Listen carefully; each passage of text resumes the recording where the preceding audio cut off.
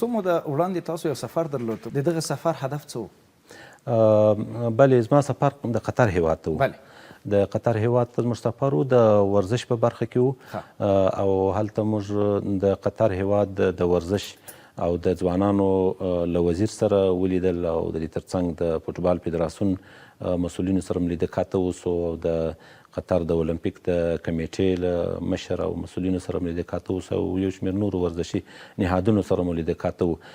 نو په دغه سفر کې یوازې د ورزش په موضوع باندې خبرې اترې وسوې، او د دواړو هیوادونو د دوه اړخیزه همکاریو په بنیاد باندې خبرې وسوې، او تر ټولو ښه دا چې په مجالسو کې موږ دې توافق ته ورسېدو چې دواړه هیوادونه د افغانستان د تربیت بدني عمومي ریاست او ورزش اداره او د قطر د ورزش او د ځوانانو وزارت باید په خپل مابینځ کې یو توافقنامه ولري، او د دغې توافقنامې په اساس باندې دواړه هیوادونه دوه اړخیزې همکاري ولري، او دې ته زمینه مساعده کړي چې د ورزش په توسعه کې کار وکړي. نو له دې لیده کاته څخه موږ یو ښه لاسته راوړنه درلوده، هغه دا چې د یو داسې مطرح هیواد سره چې د ورزش په برخه کې ډېر مطرح هیواد ده، له هغه سره یو توافقنامه امضا کول یو غټه لاسته راوړنه ده. د قطر هیواد ته به د دې زمینه مساعده سي د افغانستان ورزش ته توجه وکړي، او کوم څه چې د افغانستان د ورزش برخه کولی سي هغه د قطر هیواد سره همکاري وکړي. نو په مجموع کې په همدغه ورزش په برخه باندې خبرې وې. ډېر ښه. رئیس صاحب، الله تعالی مو جنتي کړي چې په داسې یو ښه نظام کې تاسو دوه مهمې دندې مخ ته وړئ. نو د ورزش خبرو موږ له دغه ته چې تاسو د افغانستان د اولمپیک ملي کمیټې د ریاست مسؤلیت هم په غاړه لرئ، خو د لوبو ډګر څخه یو څه راته ووایئ چې په دغه کال چې تیر شو، یوازې همدغه کال راته ووایئ چې تاسو مدیریت کوئ د دغسې مهم برخې، کومې لاسته راوړنې ډېرې مهمې اولمپیک لپاره؟ د ورزش په برخه کې سږ کال موږ ډېر د پام وړ لاسته راوړنې لرو. له کومې ورځې چې د افغانستان اسلامي امارت اقتدار ته رسېدلی ده، د ورزش برخه د پام وړ لاسته راوړنې لري.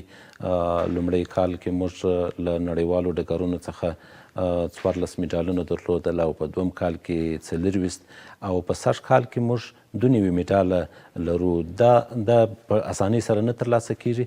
2 میډاله له نړیوالو میدانونو څخه چې په دې کې یوازې 22 میډالونه یې د طلا دي، د سرو زرو دي، او نور په نورو برخو کې دي. نو الحمدلله موږ ښې لاسته راوړنې لرو، او د کال په سر کې موږ برنامه جوړه کړله چې د ټولو رشتو او د ټولو فدراسیونونو ملي او انتخابي لوبې باید ترسره سي، چې په دغه کې د ورزشکارانو استعداد ښه وده کوي او ملي ټیم ته لاره پیدا کوي. الحمدلله په دې کې موږ کامیابه سوي یو. تر ډېره حده پورې ملي او انتخابي لوبې ترسره سوي دي، چې په دې کې د هندبالو، کورش، کراټه، تیکواندو او یو شمېر نورو رشتو ملي لوبې ترسره سوي دي، او نورې هم په نوبت کې دي. نو همداسې د دې ترڅنګ موږ په تیر کال کې نږدې 4,000 لوبې ترسره کړي دي، وړې او غټې لوبې، غټ ټورنمنټونه او مسابقات نیول سوي دي. نو او تر ټولو مهمه لاسته راوړنه دا ده چې د فوټسال په برخه کې موږ نړیوال جام ته لار وایستله، او بیا له هغه وروسته په نړیوال جام کې زموږ د فوټسال ملي ټیم ولوبېدی. د نړۍ له ډیرو قوي ټیمونو سره مخامخ سو، له ارجنټاین سره، له انګولا سره، له اوکراین سره، چې دا په دغه کې ډیره مخینه لري په ورزش کې د فوټسال په برخه کې. خو زموږ لوبغاړو ورسره ډیرې په زړه پورې لوبې وکړې. همداسې د دې ترڅنګ د کاپا د 19 کلنو ځوانانو د مرکزي اسیا څخه د اتلولۍ جام ترلاسه کړ، چې دا په لومړي ځل باندې دا ترسره سو.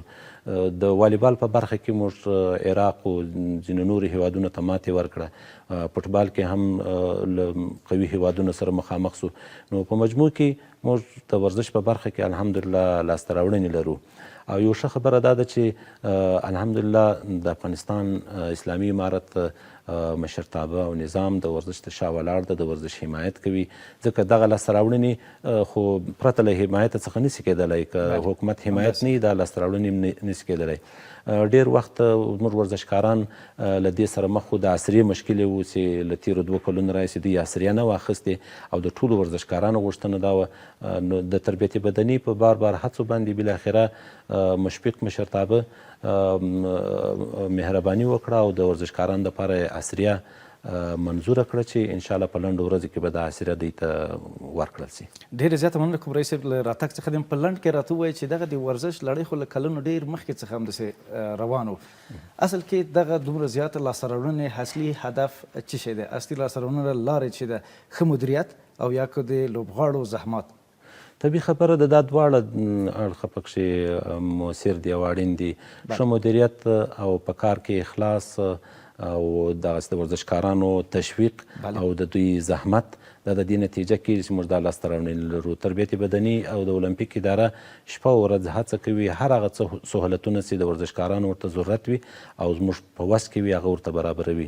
د دې ترڅنګ ښه مدیریت ته چې موږ د ورزشکارانو پر کیفیت باندې کار کوو. د دوی دپاره مختلف ټورنمنټونه او مسابقات نیول کېږي. کورنۍ ورزش ته وده ورکوو. په ولایتونو کې لوبې ترسره کېږي او دلته په مرکز کې دغه انتخابي مسابقات او ځینې نور مناسبتي مسابقات دا خپله د ورزشکارانو په استعداد کې وده رامخته کوي، پرمختګ دوی ته ورکوي. نو دغه ټول وجوهات دي چې موږ سږ کال تر ټولو ډېر مډالونه درلودل او امتیازات هم درلودل. رئیس صاحب محترم از آمدنتان خیلی سپاس. خوشحال شدیم که شما را از نزدیک دیدیم. کور مو بدن راتګ څخه مننه. هغه کومه خبره چې ما پوښتنه نه یې کړې او ستاسو زړه کې پاتې راځي چې ستاسو د زړه خبره واوره؟ ما په نظر باندې په مختلفو اړخونو باندې موږ تاسې خبرې وکړې خو یوازې زما هیله دا ده چې موږ په ټولو ورزشي نهادونو باندې غږ کوو چې ورزش یو افتخاري او شوقي برخه ده او د هر چا دپاره ورزش ضروري ده. نو په دې کې باید ټوله برخه واخلي او تجاران، اهل خیر خلک او نور نهادونه، ورزشي نهادونه د افغانستان ورزش ته توجه وکړي. لکه په څنګه چې په نورو وختونو کې د ډېرو برخو ته صدمه رسېدلې او ورزش هم همدغسې متاثر سوی. موږ اوس کوشش کوو چې بیرته پر خپلو پښو باندې ودرېږي او موږ وځلیږو. الحمدلله د افغانستان د ورزش برخه له کرکټ څخه نیولې تر فوټبال، والیبال، تیکواندو، بزکشي، نورې برخې الحمدلله اوس ځلیدلې دي په نړۍ کې. نو دې ته باید نوره هم وده ورکړو او موږ باید یو سیال هیواد واوسېږو د ورزش په برخه کې او دا پرته له همکارۍ څخه نشي کېدلی. نو د حکومت څومره وس د هغه خپل وس کوي. نور باید ورزشي نهادونه او اهل خیر او تجارونه هم باید دې ته توجه وکړي، راسي زموږ د رشتې او فدراسیونونه سپانسري واخلي او هغوی تشویق کړي تر څو دوی وکولی سي زموږ ورزشکاران د دې جوګه سي چې په نړیوالو میدانونو کې ولوبېږي او د افغانستان په نامه باندې افتخارات کسب کړي. ډېرې زیاته مننه کوم راتګ څخه دې مننه رئیس صاحب. کور مو ودان.